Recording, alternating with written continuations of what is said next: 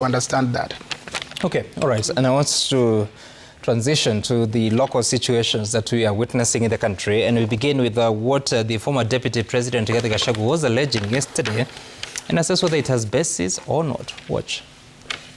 The instructions were to poison me through inhaled chemicals that would paralyze my brain within 3 months. This was the intent and the purpose of the whole operation. If the government knows that I've committed a crime known under the laws of Kenya and identified in the penal code, they know all my homes, and I'm here. Okay, all right. That is the former Deputy President Gachagua saying that he's ready to be arrested, making such a serious allegation that the government is keen on killing him. Mheshimiwa Wandeto, what is the basis of all these allegations? I think, Sam, just like you had the former Deputy President say, he has reasons to believe that there has been attempts at his life, at his security, and this is sad. And that's why I said earlier that we hope that what we are seeing in our region does not end up spilling into the country, because we are at a different league in terms of our democracy. If you look at since the time Rigathi Gachagua was impeached, there has been at least 5 or 6 such events whereby his meetings have either been violently disrupted, or goons have been sent. And I have been to 2 such meetings. I wasn't in the Muranga convoy over the weekend. I had some other commitment. But I remember on, if I'm not wrong, on 28th of December last year at a place called Shamata in Nyandarua. And I happened to have been invited by the local MCA to that meeting. And a tear gas, was thrown at us, and the meeting was disrupted. I think in March or April this year, while in Nyeri, inside a church compound, goons were actually sent who blocked us from leaving the church. So there has been several of these sort of incidences. Mweki, I'll not quote all of them. And it is sad, Sam, that 30 years since we got our multi-party democracy. I think right now it's 33 years since the first multi-party election of 1992. We haven't reached a point where we accept that there will be government and there will be opposition leaders, and that all these people are all are competing, for power, and that we have a process called elections through which that contestation is settled. The contestation is not settled by sponsoring or by using state agencies to replace the other. The contestation cannot be settled through arbitrary arrest. What we need to do is to remember we are a democracy, and we wait for each other at the ballot. When you say arbitrary arrests, what are you referring to? I mean, we have seen, like, maybe even, what happened.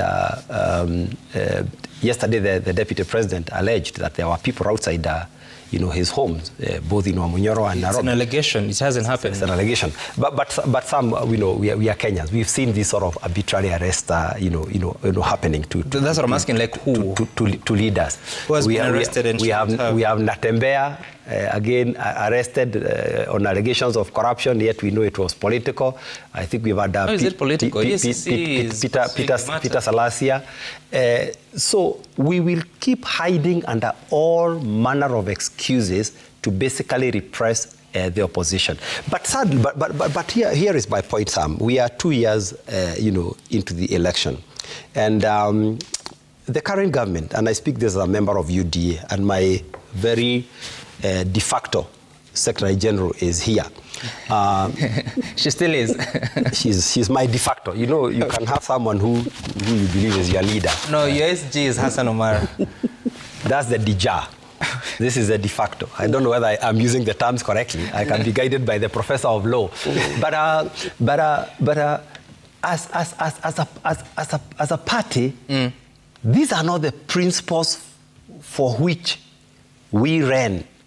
We strongly believed in political contestation done in the right manner. And you know, we are recipients of the former government's grace. Veronica will tell you that we were in a very similar situation. But we never saw, when we were campaigning and we were not in government, you know, led by the deputy president then, who is now the president, we enjoyed relative peace moving around this country, selling our ideas. I can't remember attending a meeting where a tear gas canister was thrown at us. I can't remember any church service being invaded. So we are recipients of that grace from the former government. Why don't we be magnanimous as UDA government or as KK government? And here I'm sending my SG, Veronica, to go and remind our party of those principles and tenets, so that we also extend the current opposition the same grace, because that is enshrined in our constitution. Right. Freedom of speech, freedom of movement. Okay. Now let's listen to what else the former deputy president said yesterday.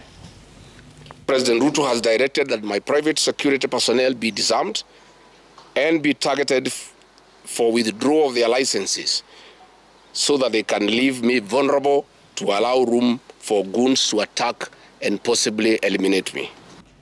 Now, Kabaka, how do you distinguish... Kabala. Sorry. Yes. How do you distinguish between imaginative allegations and what is likely true? Because this is one-sided. Okay. The state is not saying anything. Before I respond to that, let me just set the record straight. Honorable Karua is not just an activist. She's a liberator, a modern-day Che Guevara. Senegal, we've done. Uganda, ongoing. Tanzania has begun. So watch this space. Now, when it comes to the issues bedeviling the opposition leaders, especially, let me say, no, just spoke, Honorable Gachagua. First and foremost, I do not associate myself with his sentiments when he said that 2007 was just a Christmas party. But to get to your question is that the government is not being consistent with its punishment or carrot and stick theory.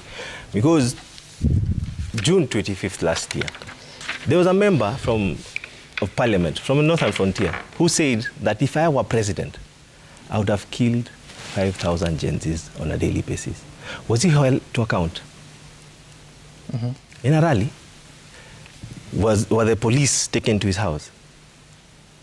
Nothing of the sort we saw. There's another member who allegedly said that Kenya has never had a one-term president, and it shall never happen. And they know where they'll get the votes. And this is all on social media. The same thing that even Gachagua said was on social media. Now, how comes when the shoe fits, you don't do anything, but when it doesn't, you decide to ambush people? Take, for example, Natembeya. Natembeya was in Nairobi. What was the hurry of going to his house back in Trans Nzoia? What was the hurry? Just come to Nairobi, the governors are here, they're having a meeting, approach him, or wait for him to go back home. And the other issue I heard you say about the EACC, the independence of the EACC is questionable, because when these governors are taken to EACC, when they come out, they all say these are politically instigated charges. Then we follow. You find out that the cases were brought, but they're not followed up. They're not followed through. Remember, there's the governor of Kiambu was taken just the other day. There are 12 governors who are taken.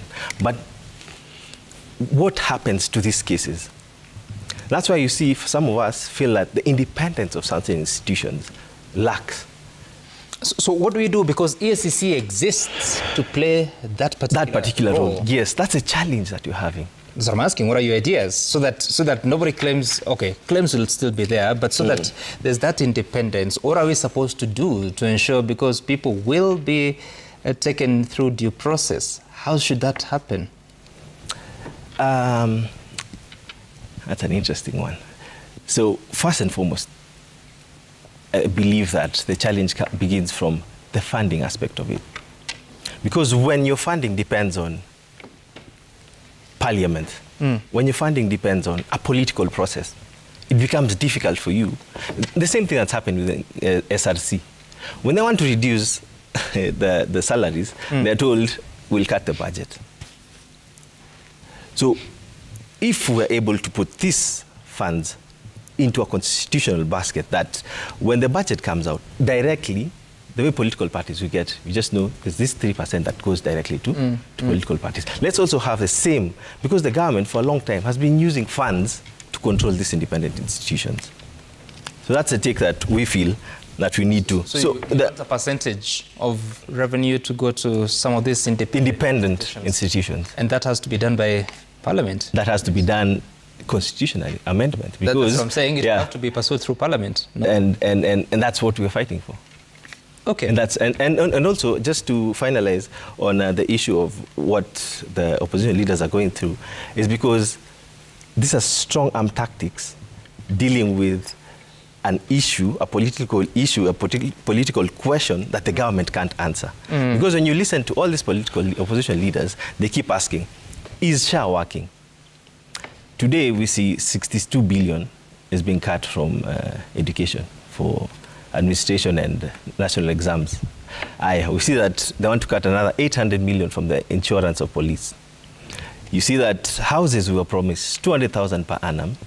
Nairobi, they're going to be opened. I think it's 180, they say, the keys that are going to be given. That's way less to all the promises that are given. So these are the questions that the opposition leaders keep asking, and the government is not able to respond to. They're not able to answer. Now, what do? Strong arm tactics of intimidation. And I don't think it's going to end. It's maybe even going to get worse because the government is not even helping itself. Look at the UHC doctors. The governors are now even fighting because the government wants to leave doctors to the counties, and the counties don't have the funds. It's 4.2 billion. The government doesn't want to give it to the counties. So this is not going to end. All right. I hear you. Now, Senator Maina, so still treating this as allegations because you've not seen any evidence, and the former deputy president that there is a plot to have him killed. He actually goes to detail to explain how that was supposed to happen. What are Kenyans supposed to do with all this information? Because you are the political class. Yes, and in fact, what I was going to say, Sam, is that these allegations are very serious. And if we must help our nation and help ourselves and help the people, we must be willing, all of us, to abide by the law and order. Not just the president, not just the police, but even Honorable Gachagua.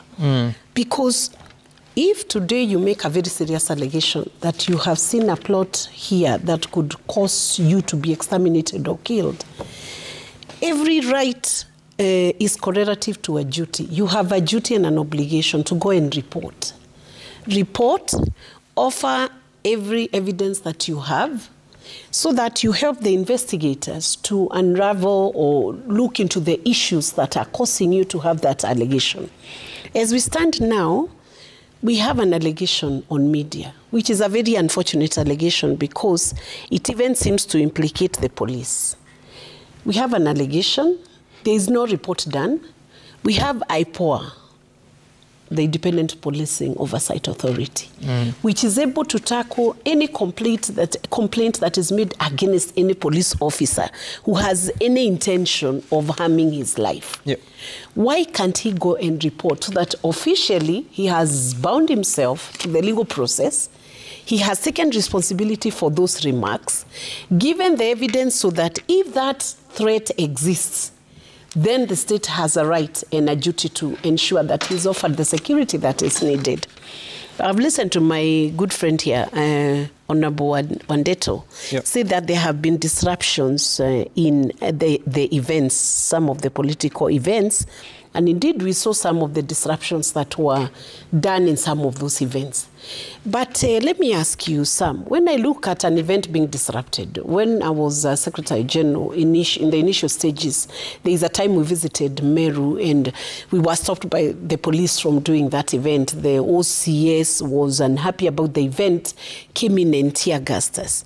But if you have a complaint about any violent disruption, because we are in an age of technology, there are videos, there are cameras, we can actually tell when it is Sam Gituku who has thrown a chair. You remember the incidences we had at Bomas with the IBC when elections were being announced, the results were being read out. You could actually tell using video evidence that it's so-and-so who is doing this and so-and-so is doing that. If there was a report on these disruptions on Wandeto, would it not have made it easier for the investigator to look at the images of the people, call those people, get statements from them so that you can actually tell whether this is a supporter of Sam or a supporter of Wandeto?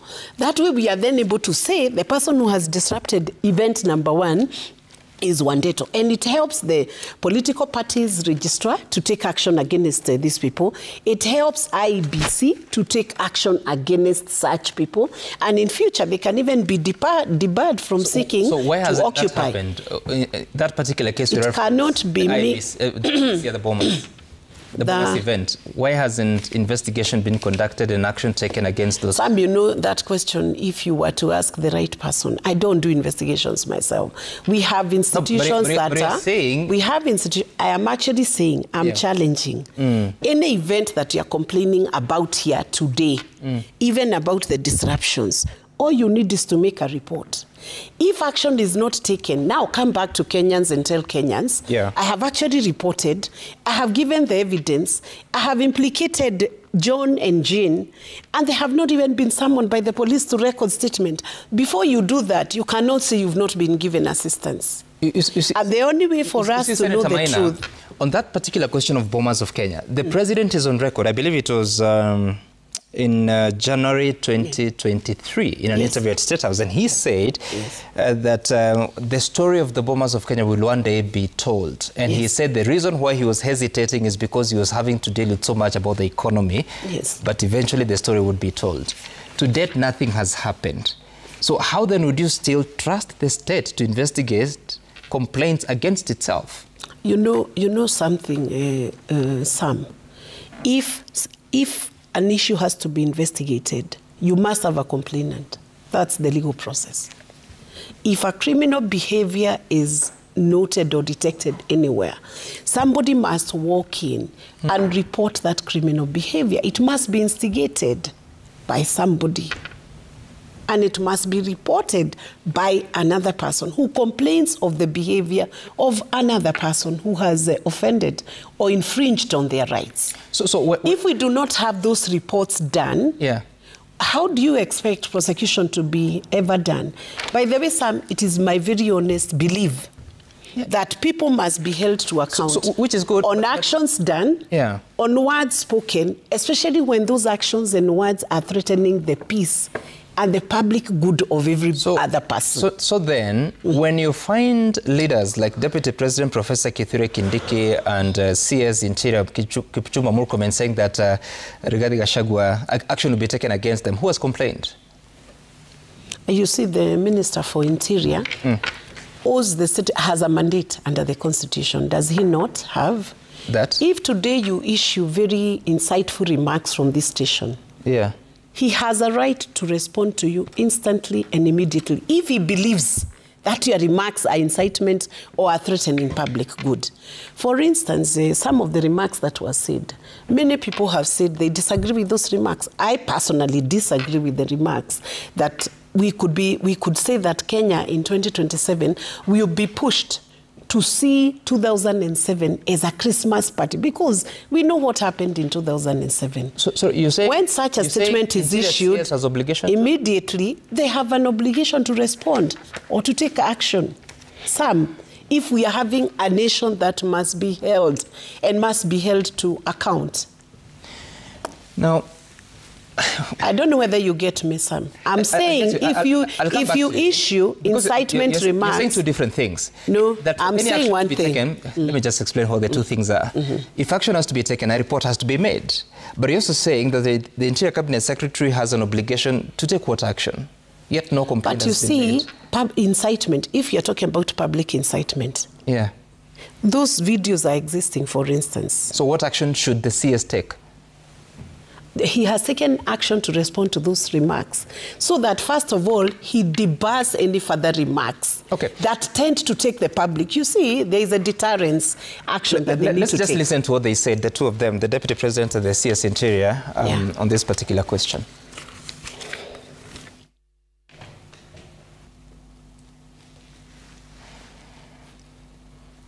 Okay, as we wait for that, Prof, I don't know what your thoughts are about all this situation. My thoughts. Yeah.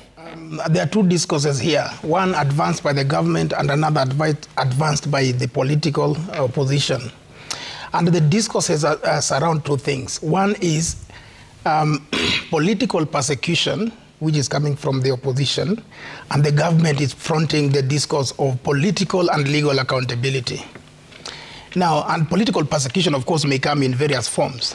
So for the people who perceive that they're politically persecuted, they will always run away from or evade or try to avoid legal and political accountability.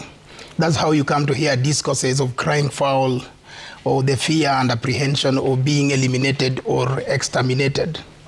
When the government raises issues of political accountability, and of course the perception will always be there from the other side, it will always be branded as political persecution of whatever nature. But I want to take you back to around 2003 so that you can understand this context of fears of intimidation and extermination. In around 2003 or 2004, Gorsung was the member of parliament for Kisumu Rural, I think at that particular time. And he made very, very reckless statements as the ones Gachagua is making now, that there was a deliberate effort by the government to exterminate and eliminate Raila Odinga. And you know what the response from Chris Murungaru was at that time? Chris Murungaru was the Minister for Interior at that particular time. It was a very arrogant answer. And he said, even if you wanted to kill somebody or eliminate someone, how would you do it in such a pedestrian manner that the likes of Gorsungu would get to know? And it was actually political, it was comical relief. That is to say that for both sides, whether it's the opposition and the government, the fundamental question, I don't speak for the government, not the opposition. The fundamental question is, what would be the political capital? Political administrations, particularly a highly advanced democratic state such as Kenya, would not draw any political capital by eliminating a leading opposition leader. Of course. On the other hand, a leading opposition leader will always try to draw sympathy following from these complaints of intimidation and the possibility of extermination and persecution. And we do know that they gain a lot of political capital out of it. But we have to be very, very careful, because these are some of the sentiments that have always thrown democracies on the precipice of chaos, collapse, and bloodshed. I know Rigathi Gachagua is perhaps still politically young. I think this could have been his second term as a member of parliament, but luckily enough, he became deputy president. Really, I think his advisors have to be a little bit more careful in the kind of political statement that come out of his mouth, particularly when one wants to compare 2007 to a Christmas party. It is reckless, it is politically reckless, and I think, he really has to think deeper than that, perhaps better statements from himself. Already he has massive following from the mountains. Really, the sympathies are already there. He has already been consigned to political obscurity. So any serious state would not want to eliminate such a person who perhaps, may not be relevant at this particular political time, who perhaps has been replaced by another opposition leader with equal amount of following, or perhaps even more. Okay. And Sam, sorry, by the way... We have the clip. Let's listen to what DP Kindiki and CS Murkomen said. Anybody preaching violence and prophesying violence and threatening war and violence is as dangerous as the bandits of the North Rift and as the terrorists of the Lamu Enclave in northern Kenya. Those who have made our people suffer and shed blood. So we will not allow. Unajua kuna watu wanatutisha, wanafikiria they are now above the law. Wanafikiria hawatashikwa. Wanafikiria hawatafungwa. I am going to tell you, under our watch, this country is not going to condone anybody who wants to ban this nation. We will not allow you to have a free space to operate on matters of violence. Muko kwa rada ya serikali usiku na mchana. You gotta just know that. So the question I want to raise here, Senator Maina, when the CS says that kuna watu wanafikiri hawatashikwa, hawatafungwa, how do you get away from the perception that the police service is under the instruction of the executive? I think the minister himself, Minister for Interior, is part of executive, is he not? He's in cabinet. Yes. Yes. And the police are under his docket. And the minute somebody threatens the safety or security of another person, of other people, the perception of a threat is the immediate mandate of the Minister for Interior and Security. If I walk out here and somebody threatens me and says, I will kill you or I'll do what, you know, if there is any such perceived threat, I'm an immediate client of the IG, I'm an immediate client of the CS. Yes. So the minute somebody utters a statement that appears to be a threat, and that is where the problem is, a statement that says, we will treat Kenyans, you treat 2007 as a Christmas party, that the story will be so bad in 2027 that 2007 will become like a Christmas party. Do you know what that means? No. The full statement was, if the election is rigged. If the election, yes, if the election is rigged. Yeah. But Sam, even if assume in your wildest imagination that it was rigged, if it is rigged, is that the recourse we have in the Constitution for bloodshed if election is rigged, or is our recourse to court or other avenues? Sure. My point is this, Sam. Even if it was my brother who issued that statement, or my very good friend, or my spouse, or my friend Yawandeto, I'll still tell him, gently tell him, you are out of order. You cannot issue that to us. And even if it was issued from the executive, even if, assume it was even the Minister for Security who by mistake issued such a statement, we would still call him out. So meaning what? It was issued by Honorable Rigathi. I would say this, such a statement must never be issued again. Right. Because when you have violence, Senator, Sam, when you have violence, let me say it, I'm passionate about it because of the work I have done in electoral matters. One of the things we needed to eliminate, and we eliminated throughout a new DA, was to ensure there was no form of violence, because the people who suffer most when there is violence, women and children, really pay a heavy price, Sam. Sure. So we cannot have, and let all politicians know, going forward now, don't threaten us about 2027. People have votes, they will vote. If they don't like A, they will vote in B. If they don't like C, they'll vote in D. Senator Maina, you've done well, but you've walked away from my question. I don't know if I've asked 3 times. You've not given me an answer. I can give you an answer. Which question are you looking for? Because I thought I gave you an answer. Okay. Are you deliberately failing my answers? I'm not failing them. A specific question about the role of a cabinet secretary of interior. And I have answered you and said... No, wait, Senator. Let me move to Honorable Wandeto here. Because at the end of the day, 2027 will come and go, whether the political class is here or not. The Constitution provides there will be there will be an election that year. Yeah. What are you doing in your camp to ensure there is responsible politics? Because you cannot have this back and forth between the opposition and those in government, and at the same time, Kenyans are watching and getting fatigued. Okay, so first of all, to help Veronica, the police, by law, have budget and operational independence, which keeps being usurped every day by what we see the CS for Interior doing. Because These are matters within the ambit of the IG and should be prosecuted from that angle. It's sad that now we have started seeing cabinet secretaries almost doing, it's actually looking, it's politics, let's just be honest, which is something, if you know, as part of our constitution, we decided to leave politics to the politicians so that the cabinet secretaries, the principal secretaries, serve the government of the day in offices, and we are again seeing that being flouted. The issue that the Honorable Gachagua raised, and yesterday he went at length to defend himself. It's an extension of the topic we had some area on electoral justice. That in this country we must ensure that every time we go through an election cycle, we do not mess it up. I think he was just issuing a warning. He was just issuing a alerting call. He was not really issuing actually maybe not even a warning. It's not even a threat or a warning. He was just actually telling people the obvious, that look, these issues of inconclusive elections, these issues of electoral injustices have costed us in the past.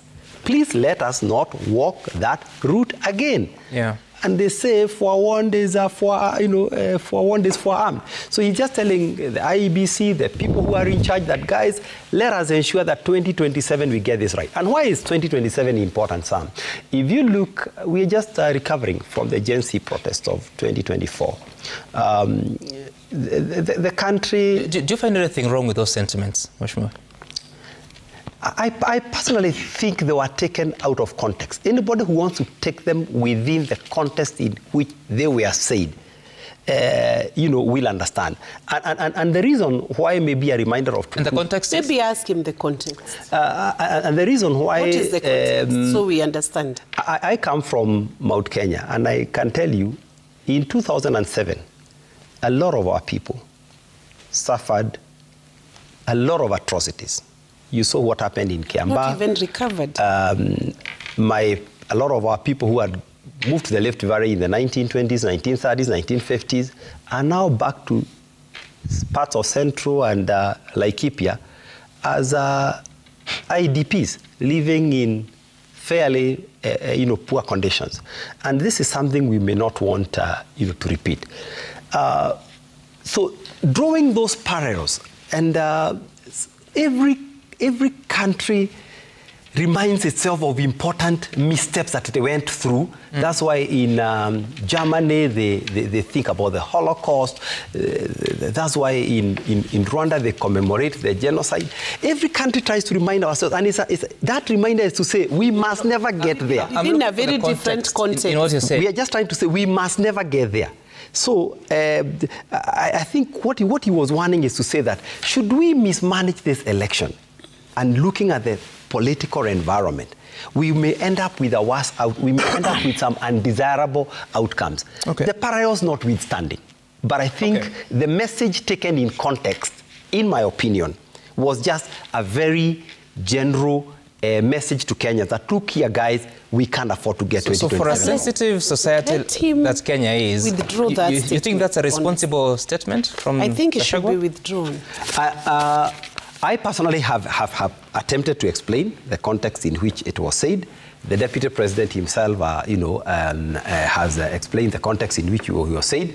I have not seen something called that commission, the cohesion, the NCC. They have not even raised issues with it. They have. Yeah, I've not seen any. To the best of my knowledge, I've not seen them raising that. And that's the body that looks at a speech, analyzes it, and tells us in Kenya whether there is hate speech. So if someone feels there is hate speech again, or that was incitement or what it was, again there are avenues within which that can be addressed. All right. Now, Article 245 of the Constitution, it's Article 4. The Cabinet Secretary responsible for police services may lawfully give a direction to the Inspector General with respect to any matter of policy for the National Police Service, but no person may give a direction to the Inspector General with respect to the following: the investigation of any particular offense or offenses, the enforcement of the law against any particular person or persons, or the employment, assignment, promotion, suspension, or dismissal of any member of the National Police Service.